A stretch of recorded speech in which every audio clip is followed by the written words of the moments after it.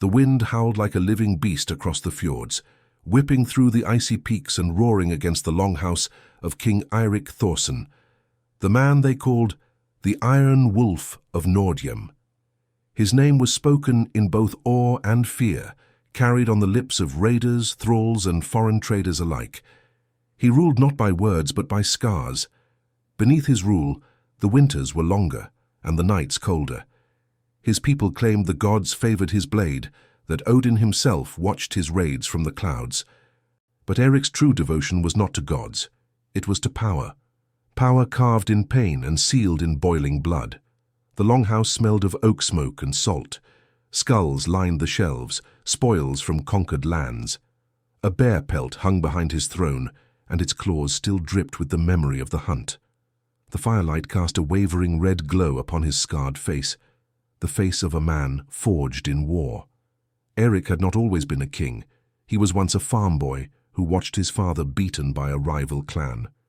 The invaders burned his village, slaughtered his kin, and took his mother as a slave. When Eirik returned years later, it was not as a boy, but as a storm. He burned the same men alive in their huts, listening to their screams like hymns of vengeance. From that day, he believed that pain was not cruelty, it was justice. It was the voice of the gods made audible in flesh. He grew obsessed with endurance, with testing how far a man could bend before breaking. Every wound on his body told a story, every scar was a sermon. Around him sat 12 jarls, his most trusted warriors, though none dared look directly into his eyes. Those eyes, pale as frozen water, had seen too many deaths to hold warmth. The sagas said he could see a man's fear before the man felt it himself. And when he smiled, it was only before blood was drawn. Eirik's kingdom stretched from the ice cliffs of Nordfjord to the green valleys near Saxon lands. He had conquered tribes that spoke strange tongues, men who prayed to strange gods. He drowned priests in their own baptismal waters and hung Saxon knights from pine trees.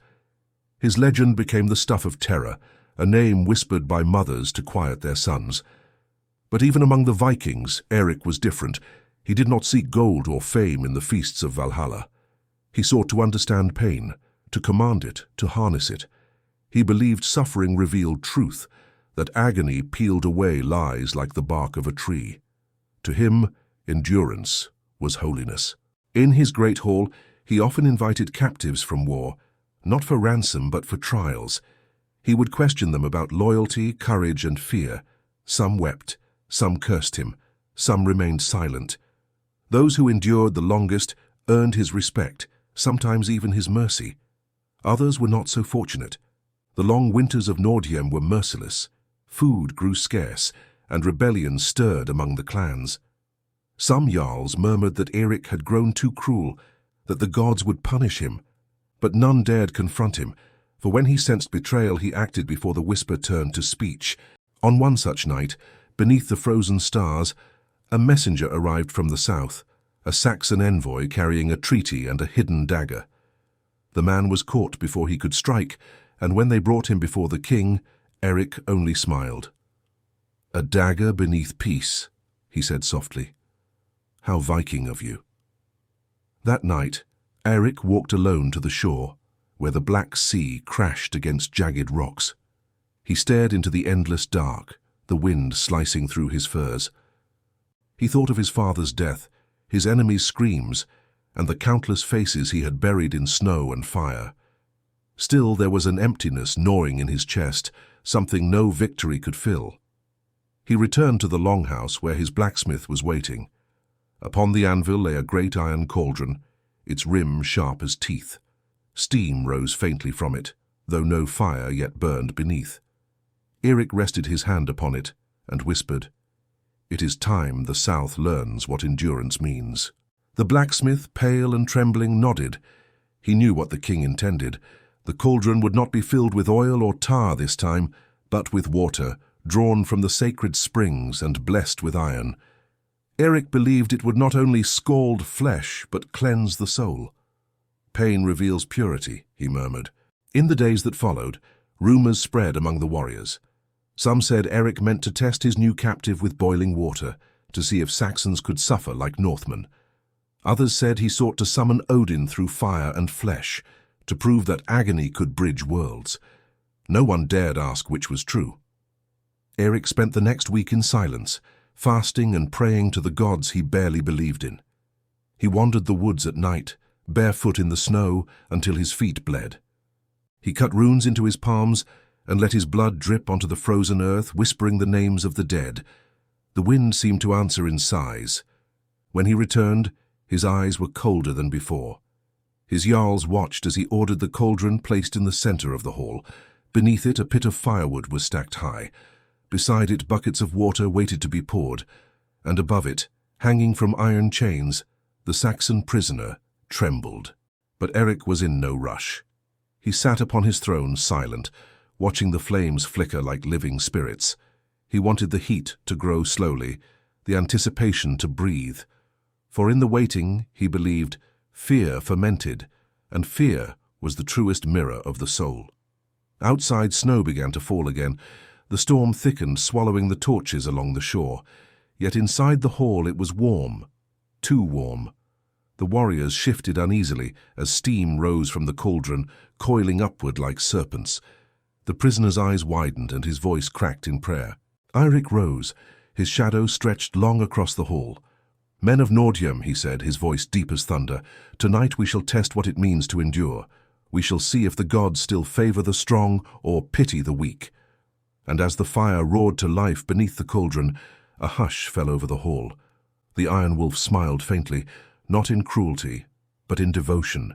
He believed this was not punishment, it was revelation. The steam grew thicker, hissing like serpents. The Saxon trembled, and the Viking king whispered, "Let the gods watch."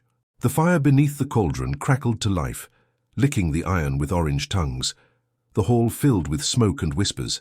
Eirik Thorsson, the Iron Wolf, stood tall beside the flames, his fur cloak thrown aside. His bare arms gleamed with sweat, the scars upon them catching the light like runes of war. The Saxon prisoner hung from the chains above the cauldron, wrists bound, his body trembling. His name was Osric, a man of noble birth, once proud, now pale and shaking. The heat reached his face and beads of sweat trickled down his temples. His breath came in shallow gasps. His eyes searched the room for mercy, but none met his gaze. Eirik spoke softly, almost kindly. "Do you know why you live, Saxon?" Osric tried to answer, but his throat was too dry. "Because," Eirik continued, "the gods demand endurance before death. They wish to see if your spirit can outlast your flesh." The warriors surrounding the pit murmured to each other. Some were uneasy, others leaned forward, fascinated. Torture was not foreign to them, but what Eirik did tonight was ritual, almost sacred. It was not just cruelty, it was a test of the human soul. The cauldron began to sing, a low hum as bubbles formed along its edges. The water shimmered and hissed, the heat distorting the air. Eirik watched closely, his expression unreadable. Then he turned to his blacksmith and nodded once. The man hesitated, but duty outweighed fear. He lifted a ladle from the cauldron, a heavy iron spoon dripping with scalding water. Eirik approached the prisoner, who began to beg, "Mercy, my lord, please." The Viking king raised a hand, silencing him. "If you lie," he said, "the water will eat your flesh. If you speak truth, perhaps the gods will spare you." Osric trembled violently. "I came with peace. The dagger, it was not mine." Eirik's voice deepened. "Then let truth protect you." He tilted the ladle and let a stream of boiling water trickle down the prisoner's shoulder. The sound was like sizzling fat. Osric screamed, his body convulsing as the water rolled down his chest, leaving blistered skin behind. The hall was silent, except for his cries and the hiss of steam. Eirik did not flinch. He watched the man's agony as a priest might watch a sacrifice. He whispered something in Old Norse, a prayer or perhaps a curse. Then he gestured again, and another ladle was drawn from the cauldron. This time he poured it across the prisoner's chest in a slow, deliberate motion. The smell of burning skin filled the air. Osric's screams turned hoarse, then broke into sobs. His body jerked, but the chains held firm. "Speak!" Eirik commanded. Who sent you to kill me?" Through tears and pain, Osric gasped, "Lord Alfred of Mercia. He said you'd invade." The king's expression darkened. The name hung in the air like smoke. He knew the Saxon lord well, a cunning rival across the sea. Perhaps the man spoke truth, or perhaps he was lying to buy his death. Eirik motioned for the cauldron to be stoked again. "More wood," he ordered. "Let the gods hear him scream." The blacksmith obeyed, tossing in pine logs that flared and cracked. The flames grew higher. The cauldron's surface began to boil violently, bubbles bursting like tiny explosions. 2 warriors stepped forward, each holding a smaller pot. Eirik nodded. They dipped their pots into the cauldron, filling them with boiling water. The prisoner's eyes widened in terror as they approached. "Please, no more," he cried, his voice breaking. "I've told you the truth, I swear it, on my soul." Eirik tilted his head. "Your soul," he said softly. "Then let it prove your strength." At his signal, the warriors flung the water upon Osric's legs. The liquid struck his flesh with a sharp hiss. Blisters erupted instantly, skin peeling in long strips. Osric shrieked until his voice cracked into a rasp. The stench of scorched flesh filled every corner of the hall. Some of the younger warriors turned away. Others watched in grim silence, their faces pale. One muttered a prayer to Odin beneath his breath. But Eirik stood still, his hands clasped behind his back, his eyes fixed on the victim. He was not joyous, only intent. Every cry, every twitch was a message to him. The torture continued as the night deepened. Between screams, Eirik spoke calmly, almost as if lecturing his jarls. "A man's courage," he said, "is not proven by killing. It is proven by surviving pain. The gods do not love the soft, they bless the scarred." He dipped his fingers in the boiling cauldron, just the tips, and winced as steam rose around his hand. His skin reddened instantly, yet he smiled faintly. "Even kings must remember," he murmured, "that flesh is only borrowed." When Osric could no longer scream, when his voice turned to faint moans, Eirik motioned for the water to stop. The hall was silent again, except for the hiss of the dying fire. The prisoner hung limp, his head bowed, skin blistered and wet. Eirik stepped closer. He placed a hand beneath the man's chin and lifted his face. His eyes, once proud, were empty now. "Do you still live, Saxon?" A faint whisper escaped the man's cracked lips. "Kill me." Eirik leaned closer, his breath cold against the man's ear. "Not yet." He turned to his men. "He has endured. That means he is chosen. The gods do not wish him dead, not until the dawn." The warriors exchanged uneasy glances. They did not understand his mercy, nor his cruelty, but no one questioned. Eirik ordered that the prisoner be lowered and laid upon a bed of straw. His burns were dressed, crudely, with oil and ash. The king wanted him alive till morning. He wanted to see if a man could survive such agony and still draw breath under the gaze of Odin. As the hall emptied, Eirik sat alone beside the dying fire. The smell of boiled flesh still lingered. He stared at the cauldron, its surface now calm and dark. He saw his reflection, a face hardened by blood and belief. He spoke quietly to himself. Pain is the only truth that never lies. Outside, the wind howled through the mountains. The northern lights shimmered faintly in the distance, painting the night sky in green and gold. Somewhere beyond the horizon, the Saxon lord who sent the assassin still slept peacefully, unaware of the nightmare his soldier had endured. Eirik closed his eyes and listened to the crackle of the embers.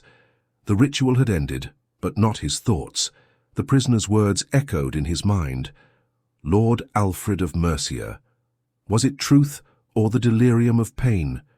He could not tell, yet he felt something stirring, a new hunger, perhaps not for vengeance but for understanding. When dawn came, the world would see if the gods had favored Osric. If the man still breathed, Eirik would call it a sign, and if he didn't, then his death would feed the legend of the Iron Wolf. As the last ember went out, Eirik whispered one last prayer, not to the gods above, but to the fire itself. "For every truth," he murmured, "there must be pain." The dawn crept through the cracks of the longhouse, painting the walls with pale gold. The fire had died, leaving behind blackened wood and the bitter scent of scorched flesh. King Eirik Thorsson sat motionless in his high seat, his cold eyes fixed on the man lying near the hearth, Osric, the Saxon prisoner. He was still alive. His chest rose weakly, every breath a struggle. His skin was cracked and blistered, marked by rivers of dried blood. No one had expected him to last the night. Yet there he was, trembling, faintly breathing. Proof that endurance could defy death. Eirik stood and approached him slowly. His warriors watched in silence. The hall was heavy with the weight of what they had witnessed the night before. Pain had spoken loudly here, and it had left its mark on every man present. "Bring him water," Eirik said. His tone was calm, almost gentle. A Jarl hesitated, then fetched a wooden bowl of cold water. Eirik lifted it to the prisoner's lips. Osric sipped, his cracked mouth trembling. His gaze met the king's, weak but still human. "Why?" he whispered. "Why let me live?" Eirik knelt beside him. "Because the gods chose you," he replied. "You did not break. The weak scream for death. You endured it." Osric's breath rattled. "Then, am I blessed?" Eirik's expression softened. "No. You are remembered." The hall was silent, save for the groan of the wind outside. Eirik rose and turned to his men. "He will live," he declared. "He will carry our message to Mercia. Let him tell his lord that pain cannot conquer the north. It serves it." His warriors exchanged uneasy glances. None dared argue. The Iron Wolf's word was law. They dressed Osric's wounds as best they could, wrapped him in furs, and laid him upon a small boat at sunrise. The tide would carry him back to his people. Some thought it mercy, others a crueler punishment, to live with the memory of the fire. Eirik stood on the cliff as the boat drifted into the mist. The cold wind whipped through his hair, but his face was calm. "Let him remember," he murmured. "Let him speak of what he saw." Years passed, and the story spread across lands and tongues. The Saxons told it in fear, the tale of the Iron Wolf who poured boiling water over his enemies and left them living to tell the tale. Among the Northmen, it became legend, a lesson in strength and the holiness of endurance. When Eirik grew old, he often sat before the same cauldron, now filled only with cold water. The reflection staring back was no longer the fierce chieftain, but a man who had seen too much of pain's face. On his final night, he whispered to the embers, "Pain shows truth, but peace hides in silence." By morning the fire had died, and the king was still. Before his throne sat the cauldron, filled not with boiling water, but snow. And so ended the Iron Wolf, the man who worshipped endurance more than the gods themselves.